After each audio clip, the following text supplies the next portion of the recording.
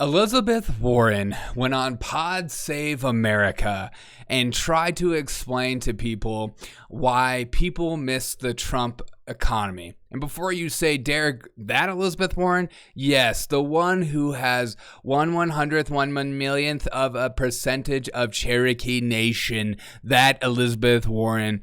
She goes on to say this, and stay for the end. I have a little extra for the end, a little cherry on top, something that we can all be excited with the family. Listen to this incredible part. Why do you think that people, all these polls show, like, a lot of voters look back on the Trump years and they think they didn't like a lot about it, but they think the economy was good in the Trump years. So weird. And I know that, like, we weren't, I know, well, at the end, clearly. And then at the end, when COVID happened and, you know, they figure, oh, well, COVID happened all around the world. And so, of course, the economy went south. But, you know, before that, Donald Trump was, he was presiding over an okay economy. You know, again, I don't know. I can't explain polling. No, I mean, I can't. No, I don't. I can't. And I can't explain how the narratives come to be. I also can't explain. I can't explain it. Oh, let me explain it for you. People that are rich are doing just fine. People that are rich are still buying their properties, still buying their groceries just fine, not renting like people that are poor like myself. People that are renting and looking at the actual bill of the groceries, we don't have people that pick our groceries for us. We don't live in our gated communities. We're not making millions of dollars off our inside secret information trading. I'll tell you, we're not doing too good. And we miss the old Trump years. We miss when interest rates were low. Yes, I know they're fabricated and all that kind of stuff, but also I had friends that are in houses they shouldn't be in with interest rates that are a tenth of what I pay for my rent. I mean, I'm just looking at them like, I make more money than you, yet I'm more poor than you because I live in this economy. And then she goes on to say this in the same podcast. See, you thought I was just going to end it there. I'm not going to go on and talk about this. This is a stupid talking point.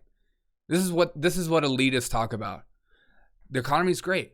What's going on? Joe Biden's doing a great job. And then you ask somebody who's at the bottom. If you ask rich people, they'll say Joe Biden's economy is great. But if you ask people that are struggling, they would say it's worse than they've ever seen it. It's worse than they've been in a long time. The interest rates actually affects them. You know, when eggs go up 40%, it affects them. Like now when I'm looking at eggs, I'm very selective of when in the Trump years, I was buying pasteurized eggs, or pastured eggs because they were so cheap. Now I'm not even thinking twice about that. I'm like, I can't afford that crap. But here she goes on, and then he asks her the most important question on all our minds. Warren, who would be your dream blunt rotation? Ra-ga-ga-ga. My dream blunt rotation, man, would be Dwayne "The Rock" Johnson. What?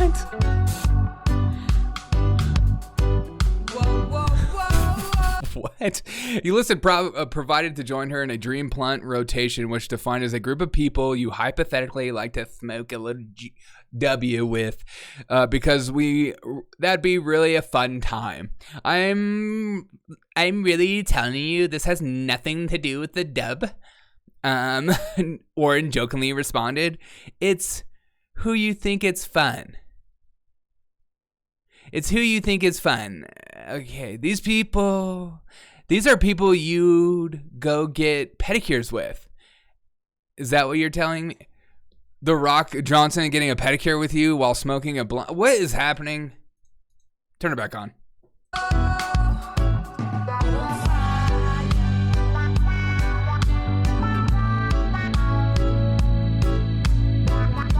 Thank you. Edit. Let's make it a mani-pedi. Oh, The Rock. Oh, I'm stopping there. You just want to have a one-on-one time with The Rock, you sick son of a... Turn the music back on.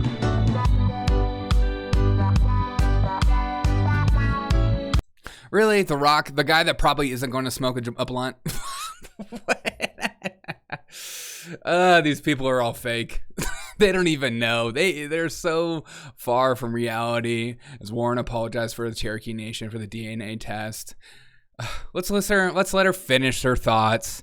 I don't want to take people out of context. Go, Elizabeth. Dwayne, how sensitive are they? I'm going to now sound like the professor I used to be. How sensitive are they to the exact questions that get asked? Because you do get real differences in this. All I can do is do the look ahead. Mm-hmm. And the look ahead is going to be draw this contrast. Why do you?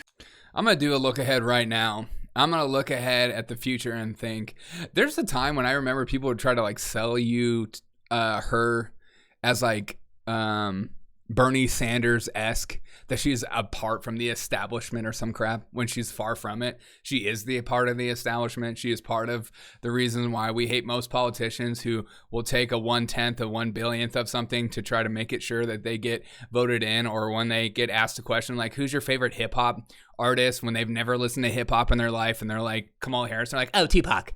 Oh, Tupac. Hands down, Tupac. Like, you don't know any of these questions. I like that when she tries to explain why people feel this way, she says, I'm going to get professory. Is this your way of saying that you're smarter than anyone listening and that you're just above everything, but then you don't actually explain it very well, so therefore you're like one of the worst professors I've ever heard in my life, or like every professor that I went to community college with? Like, what? Let me get professory on you. This is the reason why I will smoke a blunt with The Rock.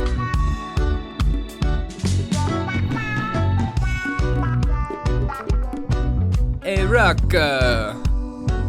let's go do some squats with the blunta. Have a wonderful day. Remember that there are politicians out there like Elizabeth Warren who are just wreaking havoc on the American mind. Have a wonderful